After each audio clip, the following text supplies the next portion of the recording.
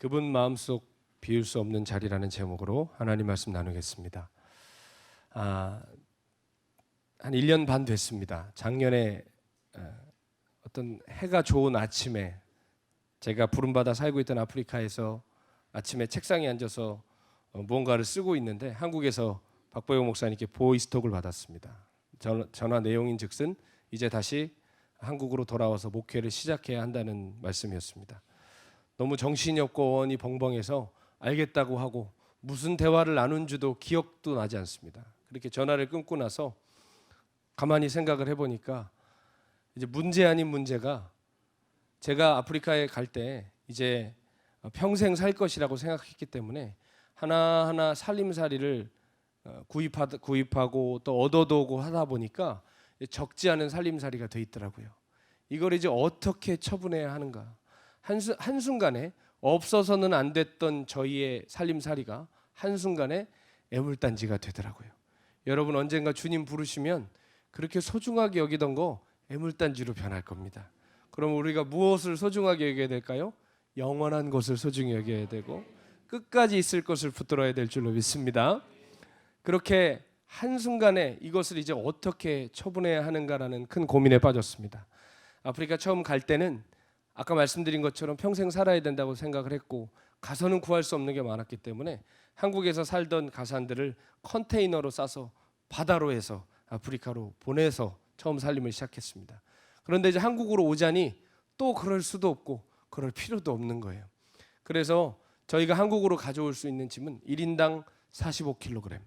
저희 식구가 4식구거든요. 그러니까 도합 한 180kg밖에 가지고 오지 못하는 것이었습니다. 고민하다가 결국 여러분 뭐 가지고 왔을까요? 다 두고 뭐 갖고 왔을까요?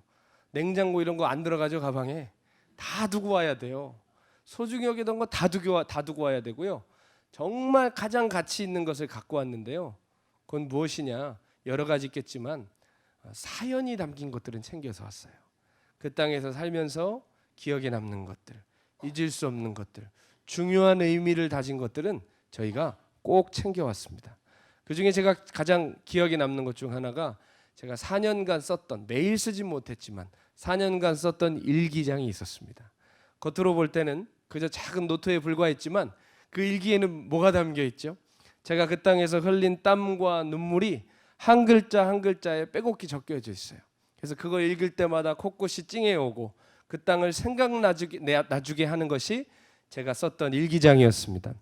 지난주에도 그 일기장을 이제 꺼내 읽으면서 흐트러져가는 마음을 이렇게 다잡고는 했습니다. 여러분 어떤 물건이든 사연이 담긴 물건은 소중하죠. 여러분도 집안의 창고나 장롱에 깊숙한 곳에 보면 자주 들여다보진 않으시지만 분명히 사연 있는 물건들 있으실 겁니다. 대청소를 할 때나 이사를 갈 때나 물건을 처분할 때도 이거 버려야 되는데 기어이 못 버리는 거 있으시죠? 싹 다 버리신 줄 믿습니다. 기어이 버리지 못하는 물건들이 있는데 아무 물건이나 그렇게 안 해요. 다 사연 있는 거, 그렇죠? 우리 뭐 아이들 첫 돌 때 반지라든지 혹은 뭐 신혼여행 때 사왔다든지 또 돌아가신 할머니가 주셨다든지 이런 것들 누가 쉽게 버리겠습니까? 아무것도 아니지만 깊은 사연이 담겨 있고 가치가 부여되어 있는 물건들은 우리가 결코 함부로 다루지 않죠. 제가 방금 전에도 말씀드렸지만 사연에는 반드시 가치가 부여됩니다. 특별히 우리가 사랑했던 것들에 대한 사연은 시간이 지나도 그 가치가 흐려지지 않습니다. 여기 아마 자녀가 아드님이 군대에 갔거나 또는 따님이 시집간 분들 계실 겁니다. 자녀가 이제 없죠, 그렇죠? 자녀가 쓰던 방, 군대 보내고 시집 보내고 방에 딱 들어오면, 집에 들어오면 자녀가 쓰던 방에 이제 자녀가 없어요. 그러면 아이고 잘 됐다고 다 치우시나요? 다 치우신 줄 믿습니다. 우리 성도들 화끈하세요. 미련도 없으시고. 예. 함부로 그거 못 치워요. 괜히 들어가서 그 침대에 한번 앉아보기도 하고 베갯잎을 만져보기도 하고 그러다가 또 가슴이 저미워서 아들 생각나서 울기도 하고 그러시지 않습니까? 자녀가 쓰던 물건에 그 배어있는 자녀의 그 채취에 우리의 마음이 여전히 막 움직이잖아요. 자녀는 부모를 잊어도 부모는 자녀를 못 잊지 않습니까? 그렇죠. 부모의 마음에는 늘 비울 수 없는 자리가 있습니다. 누구 자리죠? 글쎄요, 누구 자리일까요? 다 지워가지고. 예, 자녀의 자리는 우리가 잊을 수가 없습니다. 저도요, 자정 전에 집에 들어가는 적이 별로 없습니다. 매일 그렇게 자정 전에 집에 들어가는 일이 없을 만큼 정신없이 사는데요, 자정 넘어 집에 들어가면 그때까지 늘 저를 기다리시는 분이 한 분 계신데 저희 어머니세요. 제 아내는 잡니다. 근데 왜 자냐? 이해가 돼요. 두 아이를 양육하느라고 유치원 하나, 초등학교 1학년 하나니 얼마나 이게 손이 많이 갈 때입니까? 아주 피곤해서 이렇게 자고 있습니다. 전혀 그거 서운하지 않다는 것을 알아주시기를 부탁드립니다. 근데 어찌됐든지 저희 어머니는 방에 불이 켜 있어요. 그래서 제가 들어와서 제 방에 조용히 들어가면 문을 열고 들어와서 왔냐고 하시면서 얼른 자라고 하시고 그제서야 불을 끄시더라고요. 근데 놀라운 건 이 설교를 준비하고 어젯밤에 들어갔더니 저희 어머니 주무시더라고요. 이상하게 어젠 이상했어요. 예. 제가 10여 년 전에 브라질 아마존 정글에서 단기 선교사로 6개월 동안 정글에서 산 적이 있었습니다. 먹을 게 없어가지고 먹지를 못해 쫄쫄 굶었습니다. 나중에 이제 이 사람 사는 세계로 나와서 체중계에 올라가 보니까 20kg가 빠졌더라고요. 아무튼 6개월 동안 20kg면 해볼 만한 겁니다. 뒤에 신청서 놓을 테니까 신청하시면 제가 보내드리겠습니다.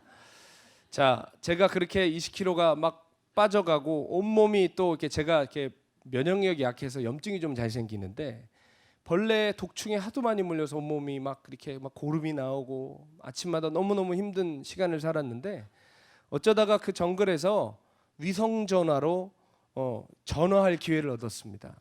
그래서 제가 제일 먼저 박보영 목사님께 전화를 드렸습니다. 목사님, 접니다. 그랬더니 너구나, 잘 지내냐 막 이러시길래 예 목사님, 저 좀 잘 지내는데 좀 힘듭니다. 배도 많이 고프고 이렇게 살도 많이 빠졌습니다. 그러니까, 아이고 너 너무 고생한다는 얘기 들었다, 빨리 와라 이렇게 하시더라고요. 그래서 목사님과 전화를 끊고 두 번째로 저의 여자친구에게 전화했습니다. 사랑하는 성도 여러분, 지금의 제 아내라는 사실에 대해서 의심하지 않으시길 바랍니다. 제 아내에게 전화를 걸어가지고 저예요. 저 지금 너무 힘드니까 기도 좀 해주세요. 이렇게 얘기했더니 굉장히 마음 아파하면서 빨리 오라고 하더라고요. 전화를 끊었습니다. 불효자죠. 부모한테 제일 먼저 해야 되는데 세 번째 어머니께 전화 드렸습니다. 그래서 아까 했던 것처럼 엄마 잘 지내요? 그랬더니 막 굉장히 어머니가 반가워하면서 몇 개월 만에 전화를 하니까요, 잘 지내냐고 막 하시길래 엄마 어디시냐 그랬더니 엄마는 여기 지금 친구네 집에 와 있대요. 친구네가 어디냐 물었더니 미국에 가 있다는 거예요. 속으로 서운하더라고요. 아들은 지금 밥도 굶고 있는데 어머니는 지금 친구네, 그것도 미국에 가 계시구나 하면서 이렇게 있다가 잘 지내냐고 물으시길래 제가 그냥 엄마 나 배고파요, 그냥 그렇게 한마디 했거든요. 나 그냥 배고프다고. 그런데 갑자기 수화기 너머에서 어머니가 소리를 지르면서 우시더라고요. 갑자기 소리를 지르면서 우시는 거예요. 너무 깜짝 놀라서 아니 왜 그러냐고 그랬더니 말을 잇지를 못하면서 배가 고프냐고 막 우시는 거예요. 그래서 제가 어머니한테는 배고프다고 하는 거 아니구나, 이런 말 함부로 하는 거 아니구나, 우리 목사님도 공감해 줄 수 없고 나를 사랑한다는 내 아내 될 사람도 공감하지 못하지만 우리 어머니 마음에는 항상 내 자리가 있구나, 그것을 제가 그때 깊이 느꼈었습니다. 이상하게 부모의 마음에는 그 어떤 것으로도 대신할 수 없는 자식에 대한 마음이 있죠. 여러분, 살인을 저지른 사람들이 모여있는 형무소에 아무도 안 와도 누구만 오죠? 엄마는 옵니다. 부모는 와서 그 자녀의 손을 잡아주고 괜찮냐고 물어봐 줍니다. 아내도 버리고 자식도 버리고 친구도 버리고 다 버려도 부모는 끝까지 와서 자식을 포기하지 않습니다. 설교 본론도 들어가지 않았는데 벌써들 눈물 훔치고 그러시면 여러분, 특별히 여러분에게 무슨 감정을 이렇게 불러일으키기 위해서 이런 얘기를 드린 것이 아닙니다. 저는 오늘 하나님 얘기를 좀 여러분에게 하고 싶습니다. 여러분, 하나님이 성경에서 당신과 우리의 관계를 어떻게 설정하셨죠? 나는 주인이고 너는 종이야. 나는 고용인이고 너는 피고용인이야. 나는 주인이고 너는 알바생이야. 주님 우리에게 그렇게 하셨나요? 주님 부끄러워하지 않으시고 우리와 주님과의 관계를 나는 너의 아버지고 너희는 나의 자녀라고 말씀하셨어요. 하나님은 우리에게 아버지라 부름받는 것을 부끄러워하지 않으셨어요. 성경은 성령께서 우리 안에 오시면 가장 먼저 일어나는 반응이 있다고 하였습니다. 여러분, 우리가 구원받은 증거로 우리 안에 가장 먼저 일어나는 것이 성령 하나님이 우리 안에 오시는 것이에요. 아멘. 성령님이 오시면 또 가장 먼저 일어나는 우리 안에 영적 반응이 있는데 그것이 무엇이냐? 하나님을 우리가 아버지라 부르게 된다는 것입니다. 갈라디아서 4장 6절에서 7절 말씀은 너희가 아들이므로 하나님이 그 아들의 영을 우리 가운데 보내사 아빠 아버지라 부르게 하셨느니라. 우리가 하나님을 뭐라고 부른다고요? 아빠 아버지라 부르게 하신다고 그랬습니다. 그러므로 네가 이후로는 종이 아니요 누굽니까? 아들이니 아들이면 하나님으로 말미암아 유업을 받을 자니라. 아멘. 우리 안에 성령이 오셔서 제일 먼저 하시는 일이 뭐예요? 우리가 하나님을 아버지라 인식하고 아버지라 부를 수 있는 은혜를 주신다는 것입니다. 여러분, 왜 하나님께서 우리와 하나님과의 관계를 아버지와 자녀의 관계로 설정해서 표현하셨을까요? 물론 실제 관계가 그래서도 그렇지만 생각해 보십시오. 아들이랑 아버지가 서로 얘기한다고 생각해 보세요. 야, 아빠가 너 사랑해. 저도 아빠 사랑해요. 야, 내가 더 사랑해. 제가 아빠 더 사랑해요. 유치한 것 같지만 여러분, 누가 더 사랑해요? 아버지가 더 사랑하죠. 자녀는 부모의 사랑을 절대 따라갈 수 없습니다. 이 땅에서 사람이 받을 수 있는 사랑 중에 가장 숭고한 사랑은 부모에게 받는 사랑이에요. 그래서 하나님은 당신이 우리의 아버지시고 우리는 그분의 자녀라고 표현하시면서 그분의 그 사랑을 우리에게 그렇게 표현해 주신 것입니다. 저도 부족하지만 부모가 되어 보니까 뭐를 느꼈냐면 저희 아이들을 보면서 우리 아버지 어머니가 나를 이렇게 사랑했겠구나라는 것을 뒤늦게 깨달았어요. 우리 아버지 정 없다고 생각하고 나한테 해준 게 뭐 있냐고 생각했던 철없는 시절들이 있었는데 제가 아비가 돼 보니까 이해가 되고 받아들여지더라고요. 그래, 본인도 받은 사랑이 없어서 어떻게 사랑할 줄 몰라 그렇게 서툴고 때로는 무섭게 느껴졌지만 그래, 아버지 그때 그렇게 한 게 나에 대한 사랑이었어. 그래, 아버지 나한테 그렇게 얘기는 못하고 뒤돌아서셨지만 나 사랑했던 거였어. 제가 그게 아비가 되니까 제 아버지의 마음이 느껴지더라고요. 사랑하는 여러분, 제가 새삼스러운 진리 하나를 말씀드리겠습니다. 새삼스럽다는 건 너무나 당연하게 듣지만 우리가 너무나 또 당연하게 생각하든지 혹은 받아들이지 않았기 때문에 그런 표현을 쓰는 것입니다. 사랑하는 성도 여러분, 하나님이 우리를 참 사랑하십니다. 여기 계신 한 분 한 분 하나님이 참 사랑하시는데 그냥 사랑하시는 것이 아니라 가치를 부여해서 사랑하십니다. 우리의 어떠함과 상관없이 하나님 우리를 사랑하십니다. 있는 모습 그대로 하나님은 우리를 받으십니다. 그런데 문제는 무엇이냐? 우리가 그 하나님의 사랑을 잘 못 믿어드립니다. 잘 못 믿어드려요. 그분의 마음을 잘 몰라드리는 거예요. 그분의 사랑을 마치 길거리 부동산에서 나눠주는 휴지 받듯이 쉽게 생각하거나 혹은 주님이 우리를 붙들어 주시는데도 안아주시는데도 난 자격 없는 자고 더러운 사람이고 사랑받을 자격이 없는 죄 많은 자라고 스스로 자책하면서 그 사랑을 우리가 밀어낼 때가 너무나 많습니다. 에베소서 3장 18절에서 19절 말씀은 바울의 기도인데요. 함께 읽어볼까요? 시작. 능히 모든 성도와 함께 지식에 넘치는 그리스도의 사랑을 알고 그 너비와 길이와 높이와 깊이가 어떠함을 깨달아 하나님의 모든 충만하신 것으로 너에게 충만하게 하시기를 구하노라. 아멘. 무슨 말이냐? 주님의 사랑은 우리의 생각보다 훨씬 더 크시다는 거예요. 우리가 생각하는 것보다 훨씬 더 크신데 그 사랑의 깊이와 높이와 넓이를 우리가 깨달을수록 하나님의 충만하심이 우리 안에 충만해지게 된다는 거예요. 쉽게 말해 하나님의 사랑을 깨닫는 만큼 우리가 성장하고 성숙한다는 얘기입니다. 사랑하는 성도 여러분, 우리가 그거 아세요? 우리 신앙생활할 때 우리의 병든 정서가 작용을 할까요, 안 할까요? 상당히 많이 적용합니다. 말씀을 들어도 나한테 맞는 대로 듣고, 혹은 전혀 그런 의도가 없는데도 내 마음에 비껴나가면 스스로 상처받습니다. 복음을 들어도, 여러분 복음엔 양면이 있는 거 아시죠? 하나님의 심판과 회개 메시지가 있지만 동시에 용납과 긍휼의 메시지가 동시에 있는 것이 복음의 메시지입니다. 근데 우리는 어때요? 우리의 병든 정서로 나와 익숙한 걸 받습니다.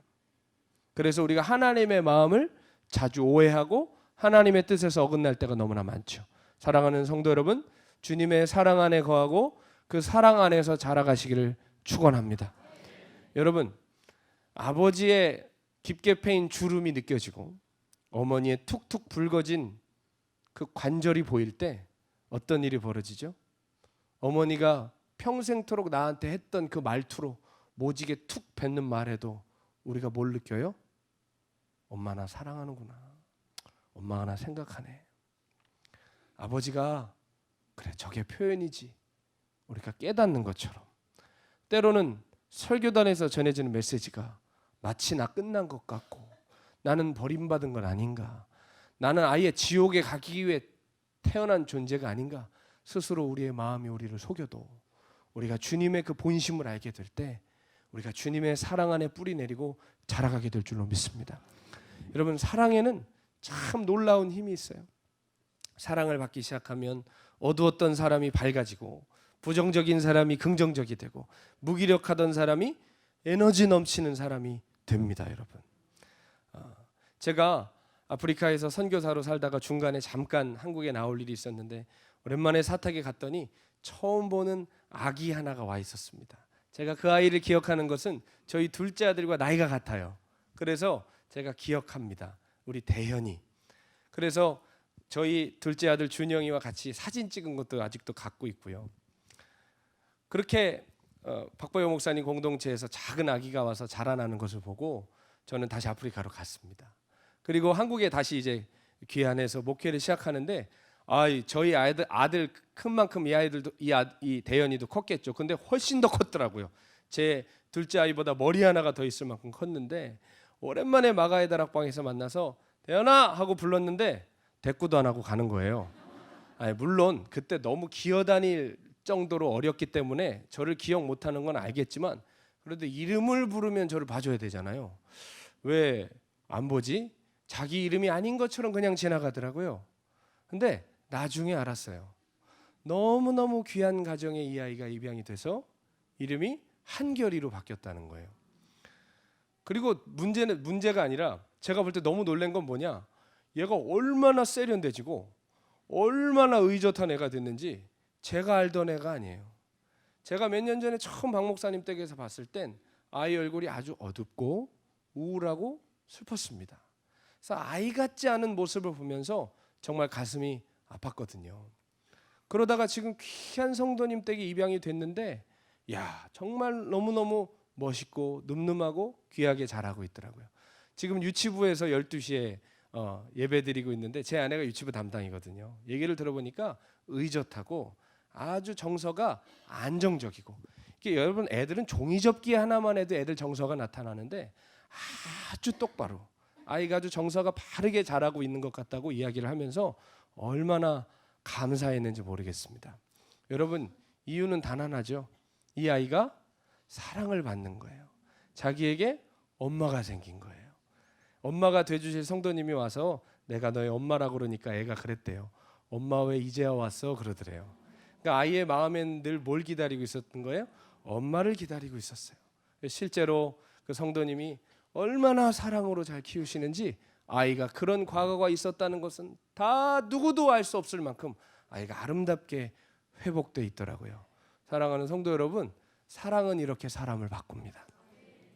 우리의 신앙이 언제 성장할까요?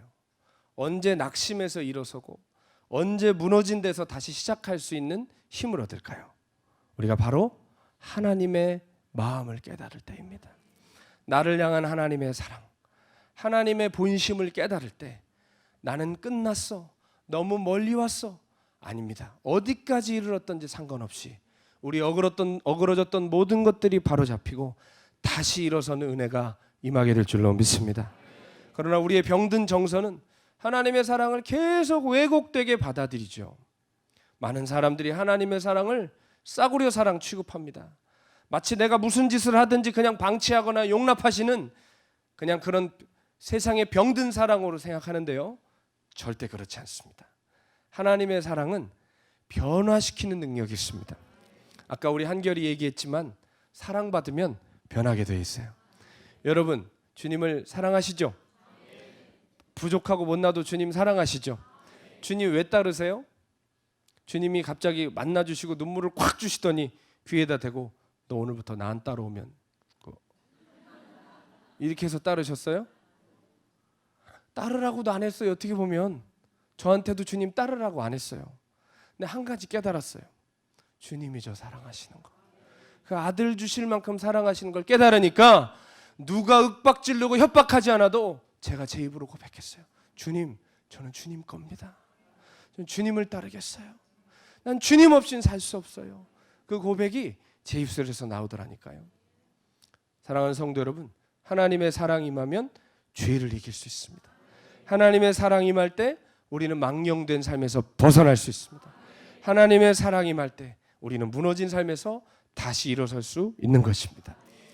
예수님께서 하나님 나라의 복음을 전하실 때 많은 세리와 죄인들도 말씀을 들으러 가까이 나왔습니다. 오늘 우리가 누가복음 15장의 부분만 읽었지만 실은 우리가 알고 있는 이 탕자의 비유는 예수님께서 세 가지 하나님 나라에 대한 비유를 한 것 중에 마지막 편이에요. 세리와 죄인들이 하나님 나라의 말씀을 듣기 위해서 왔는데 누가 그거를 언짢아 하죠? 그 자리에 함께 있었던 바리새인과 서기관들이 언짢아합니다. 누가복음 15장 1절에서 2절을 보면요, 모든 세리와 죄인들이 말씀을 들으러 가까이 나오니 바리새인과 서기관들이 수군거려 이르되 이 사람이 죄인을 영접하고 음식을 같이 먹는다 하더라 라고 하면서 예수님의 그런 사역과 또 그 사역에 들어오려고 하는 세리와 죄인들을 비난했습니다. 생각해 보십시오. 여러분, 천국 가고 싶고 하나님 백성 되고 싶어서 부끄러움을 이겨내고 마음에 망설이는 마음을 이겨내고 성전에 와서 딱 앉아 있는데 세상에 내 과거를 아는 사람이 와 있는 거예요, 여기에. 그런데 와서 저 사람 예배 드릴 자격이 없다고 얘기를 한다고 생각해 보십시오. 그 절망, 그 무너지는 마음, 그 마음의 분노 얼마나 힘들겠습니까, 여러분. 당시 바리새인과 서기관들이 그 짓들을 했다는 것입니다. 그렇게 죄인과 세리들을 비난할 뿐만 아니라 그들을 영접하시는 예수님도 비난하는데 예수님께서 그들의 말에 대꾸도 하지 않으시고 오히려 세리와 죄인들을 영접하시며 입을 열어 온유하지만 분명한 목소리로 말씀을 이어가셨습니다. 세 가지 비유를 하셨는데 첫 번째 비유는 잃은 양을 찾은 목자의 비유입니다. 여러분, 이거를 기억하셔야 돼요. 우리가 지금 보시는 성경은 대부분 개역 개정판입니다. 개역 개정판에는 잃은 양을 찾은 목자의 비유라고 제목이 달려 있어요. 근데 우리가 예전에 읽던 개역 한글판에는 잃은 양의 비유라고 되어 있습니다. 그리고 두 번째 비유는 잃은 드라크마를 찾은 여인의 비유인데요, 예전 성경에는 그냥 잃어버린 드라크마의 비유라고 되어 있어요. 주어가 다르죠. 주어가 옛날 성경에는 뭐예요? 양이나 드라크마예요. 그런데 지금 우리가 읽는 성경에는 주어가 누구로 되어 있습니까? 목자와 여인으로 되어 있습니다.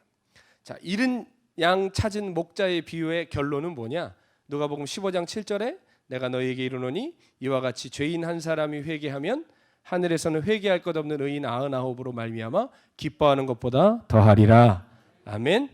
이게 하나님 나라라는 거예요. 하나님은 뭘 기뻐하신다고요? 죄인 한 사람이 회개하는 것을 기뻐하신다는 거예요. 여기 수많은 종교인들의 예배가 아니라 오늘 저 뒤에서 하나님이 내 예배도 받아주실 수 있을까? 하나님이 나 같은 사람도 기억하시나? 라고 망설이며 감히 앞에는 못 보고 앞에 있는 분의 머리 뒤에 살짝 가리시고 나 아니야 생각하시면 여러분 아닙니다. 그렇게 하시는 분을 오늘 주님 찾으신다는 거예요. 그 마음으로 나 같은 것도 받아주실까? 나 같은 죄인의 예배도 받아주실까 하는 그 사람의 예배를 주님 기다리신다는 거예요. 잃어버린 드라크마의 비유를 통해 주님 또 뭐라고 말씀하셨죠? 15장 10절에 내가 너에게 이르는 이와 같이 죄인 한 사람이 회개하면 하나님의 사자들 앞에 기쁨이 되느니라. 하나님이 그 천사들 앞에 자랑하신다는 거예요. 잃어버린 내 아들이 돌아왔다고. 나 같은 것도 주님께 올 수 있겠냐고, 그렇게 해도 내 아들이 돌아왔다고 하나님이 그렇게 자랑하신다는 거예요. 그러니까 하나님 오늘 제일 기뻐하시는 것은 무엇입니까? 죄인 한 사람이 회개하는 것이에요. 아멘. 하나님 회개하는 한 사람을 오늘도 기다리시고 하나님 회개하는 한 사람을 위해서 오셨다고 말씀하시는 거예요. 그런데 여러분, 저는 그렇게 생각해요. 예수님이 그 말씀하시면서 예수님 자꾸 누구를 쳐다보셨을까요? 바리새인과 서기관 쳐다보셨을까요? 저는 그렇지 않으셨다고 생각해요. 수많은 사람들이 앉아있지만 저 뒤에 와서 부끄러이 앉아있는 세리와 죄인들을 이렇게 보시면서 하나님이 너희 기다리셨다고, 너희를 위해서 준비된 거라고. 하나님이 예수님은 계속 세리와 죄인들의 눈을 마주치실 거라고 생각해요.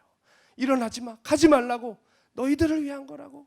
예수님이 그래서 마음에 차지 않으셨던지 마지막 비유를 꺼내십니다. 이게 뭐예요? 우리가 잘 아는 탕자의 비유.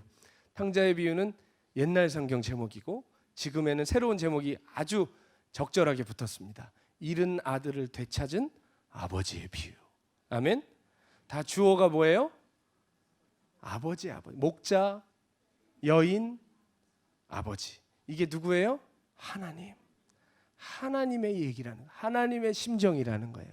아멘이십니까? 여러분 잘 아시죠? 이 얘기. 두 아들을 둔 아버지가 있었습니다.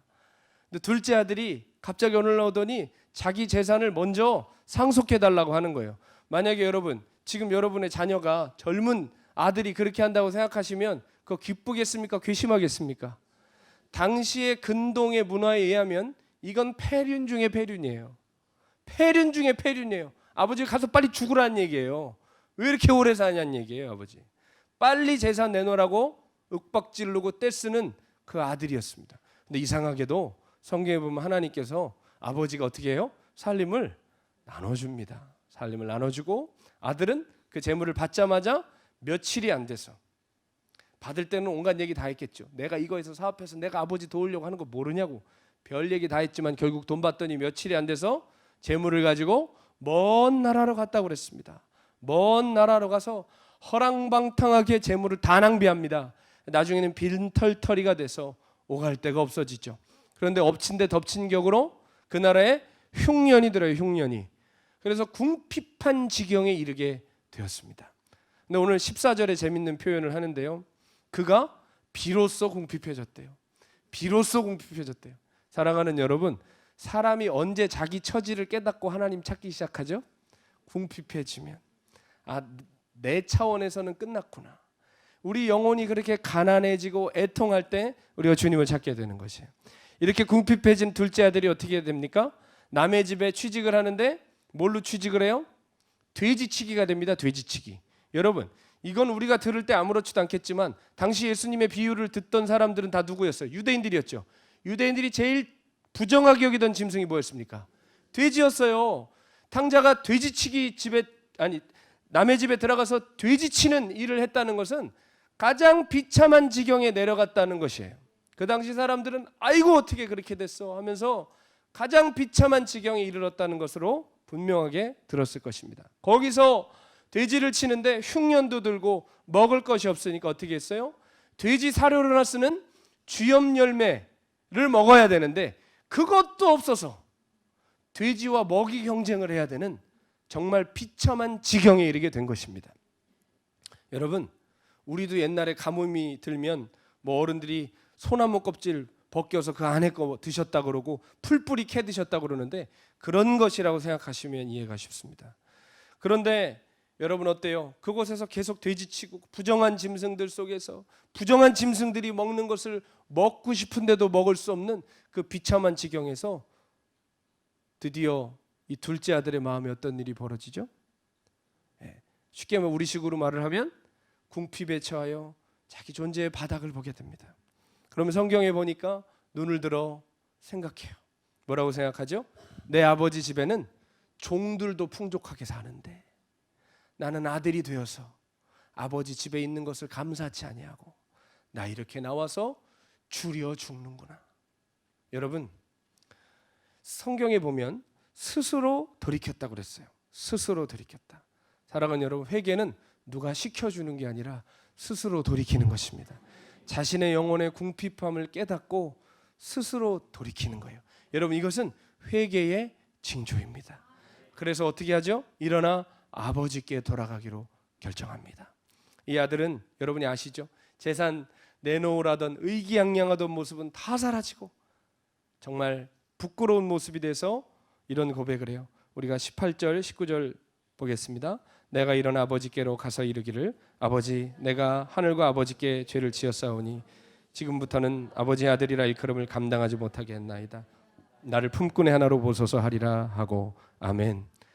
여러분, 죄인의 마음에는 어떤 마음이 있죠? 자기가 죄인임을 시인하는 사람의 마음에는 당당함이 없어요. 주님, 나는 이제 더는 아들이라 칭함받기에 부끄러운 사람입니다. 나를 그냥 종으로 삼아주세요. 아버지, 나 종으로 삼아주셔도 좋으니까 아버지 집에 받아주기만 하세요. 그 마음이 깨어지고 가난한 마음이 이 둘째 아들의 마음이 있었다는 것입니다. 자, 이에 일어나 아버지께 돌아갔어요. 산을 넘고 강을 건너 이제 익숙한 풍경들이 하나하나씩 눈에 들어옵니다. 이 둘째 아들의 마음이 어땠을까요? 기대됐을까요? 설렜을까요? 아니면 두렵고 떨렸을까요? 두렵고 떨렸을 거예요. 아버지 나보고 뭐라고 하실까? 아버지 나를 받아주지 않으시면 어떻게 할까? 드디어 익숙한 풍경을 넘어 저 멀리 그립던 이제 고향 마을이 보입니다. 동구 밖에는 아낙네들이 분주하게 밭을 갈면서 일을 하는데요. 아무도 그 둘째 아들인지 알아보지를 못해요. 왜요? 너무 행색이 초라해서, 너무 거지 같아서. 좀 상상을 해보면 동네 아이들이 나와서 거지라고 돌 던지지 않았을까요? 아마 그런 지경에 처했을 겁니다. 그렇게 부끄러운 중에 고개도 들지 못하고 그 마을로 들어가는데 아들이 눈앞에서 믿을 수 없는 광경을 봅니다. 저 멀리서 누군가가 달려오는 거예요. 달려오는데 그냥 어딘가 달려가는 게 아니라 나에게 오고 있는 것 같은 거예요.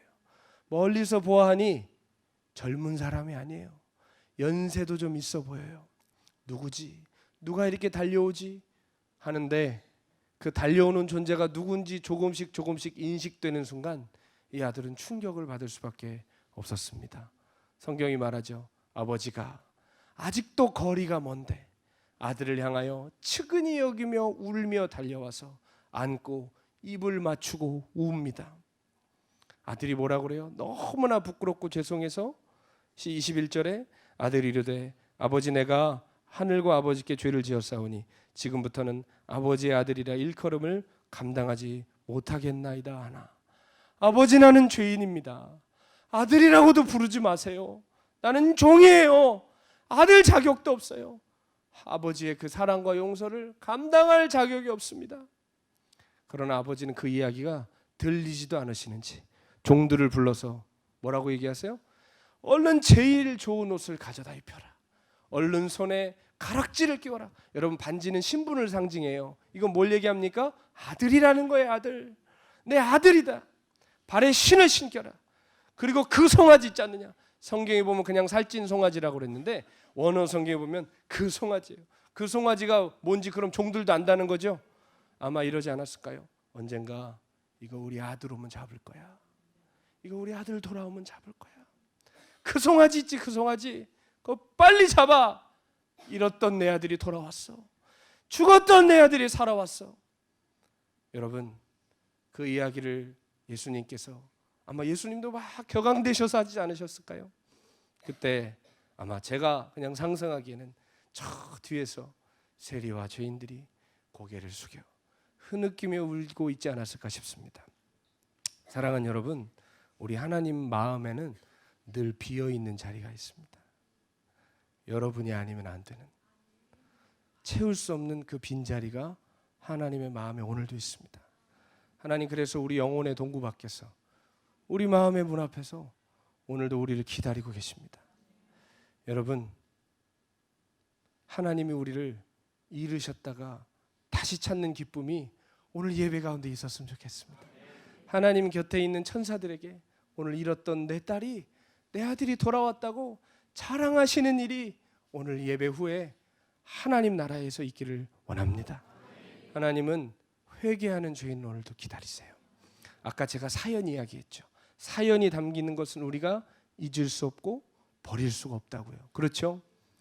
여러분 한 사람 한 사람은요, 하나님의 사연이 담긴 사람들이에요. 무슨 사연이 담겼을까요? 여러분 건져내기 위해 하나님이 그 아들 버리셨습니다. 그 하나님의 아들을 우리를 위해 주신 사연이 여러분 한 사람 한 사람의 영혼에 새겨져 있습니다. 여러분은 예수 핏값으로 하나님이 사신 사람들입니다. 하나님이 그 아들 내어주셔서 우리를 용서하시고 우리를 건져내셨습니다. 누군가 나를 위해 죽어준다는 소식이 한낱 소설이라도 가슴 뭉클하고 잠 못 이룰 일인데, 세상을 창조하신 하나님께서 우리를 사랑하셔서 그 아들을 내어주셨다는 것은 정말 천지가 개벽할 일입니다. 우리 삶을 드리지 않을 수 없는 일입니다. 흩어질 인생에 잠깐의 추억이 담긴 것도 우리가 못 버리고 장롱 안에, 우리 깊숙한 서랍 안에 보관해 놓는데, 하물며 하나님께서 당신의 아들의 피값으로 사신 우리를 버리시겠습니까? 우리를 잊으시겠습니까? 하나님 오늘도 우리를 기다리십니다. 치울 수 없는 자리, 비울 수 없는 자리를 남겨놓으시고 우리를 기다리고 계세요. 하나님 오늘도 비울 수 없는 그 마음이 있습니다. 누구 자리일까요? 여러분 자리예요. 오늘도 회개하면서 한 영혼이 돌아오기를 원하세요. 나 같은 거 여러분 자꾸 나를 보시면 못 갑니다. 아버지가 기다리신다는 것 알고 돌아가시면 하나님 그 아버지는 기뻐하시고 울며 달려와 우리를 안아주시고 다시 한번 받아주십니다. 여러분 하나님께 돌아가는 것이 회개예요. 돼지 우리에서 나는 죄인이야 울고 있는 게 회개가 아니라 아버지께 돌아가는 게 회개예요. 여러분 둘째 아들이 옷을 깨끗이 차려입고 갔습니까? 있는 모습 그대로 갔죠. 그러니까 새 옷은 누가 입혀주시던가요? 아버지가 입혀주시죠. 사랑하는 여러분, 있는 모습 그대로 가세요. 하나님 여러분이 있는 모습 그대로 오시기를 원하십니다. 여러분 어떤 지경이 있으셨든지, 어떤 삶의 무너짐이 있으셨든지 상관없이 오늘 주님 앞에 있는 모습 그대로 오실 때 하나님이 우리를 새롭게 하여 주시는 줄 믿습니다.